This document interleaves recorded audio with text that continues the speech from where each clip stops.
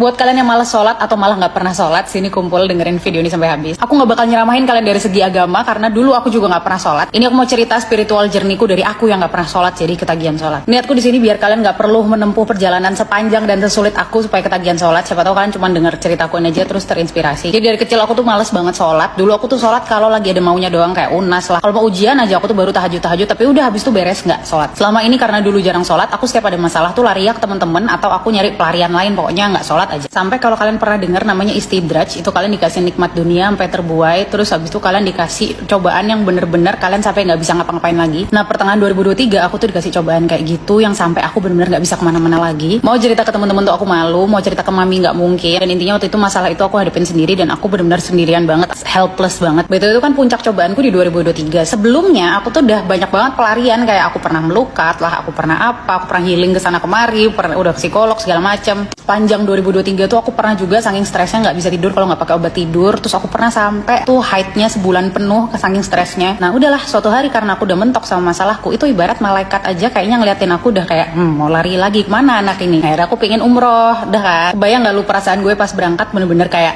ya udahlah dengan semua masalah ini ayo berangkat. Terus aku bener-bener benerin semua wuduku, semua sholatku aku pelanin, aku bener-bener dalemin semua bacaannya. Nah setelah aku wudu dan sholat yang bener tuh, aku ngerasa aku jadi agak tenang ya. Nah ternyata fakta menarik yang aku baca-baca, kamu kalau lagi tengah hari terus mukamu kena air dingin itu bisa mengurangi stres. Itulah salah satu manfaatnya wudu. Nah pas aku sholat yang bener juga, sebenarnya kamu pas baca Al-Fatihah kan antar ayatnya tuh harus ada jedanya kan. Nah jadi aku nafasnya tuh tenang kayak. Nah itu ternyata mengurangi stres juga. Terus semua bacaan sholatnya aku dalemin, jadi aku baca artinya juga dalam hati. Terus habis sholatnya aku doa-doa juga. Nah tuh tiap sholat aku rasanya kayak tenang banget, kayak rasanya habis ngobrol sama psikolog gitu. Apalagi curhatnya langsung ke Allah gitu, yang bisa memberikan solusi terbaik kepada masalahku. Waktu itu aku mulai sholat subuh tuh yang bener. Sholat subuh, setelah sholat subuh tuh hatinya rasanya tenang gitu. Mendekati duhur tuh aku gelisah lagi karena masalahku. Terus mendekati duhur aku sholat lagi, tenang lagi. Mendekati asar gelisah lagi, sholat lagi, tenang lagi. Habis itu mendekati maghrib gitu aja terus sampai akhirnya sholat 5 waktu. Tuh aku aja nggak nyangka aku tuh bisa sholat 5 waktu. Jadi kesimpulannya untuk kalian yang sama kayak aku dulu nggak ngaruh kalau diomongin sholat itu kewajiban lalala, itu pasti masuk kuping kanan keluar kuping kiri. Aku tuh ternyata baru ketagihan sholat pas aku tahu bahwa sebenarnya aku yang butuh, bukan karena ya aku sendiri yang butuh.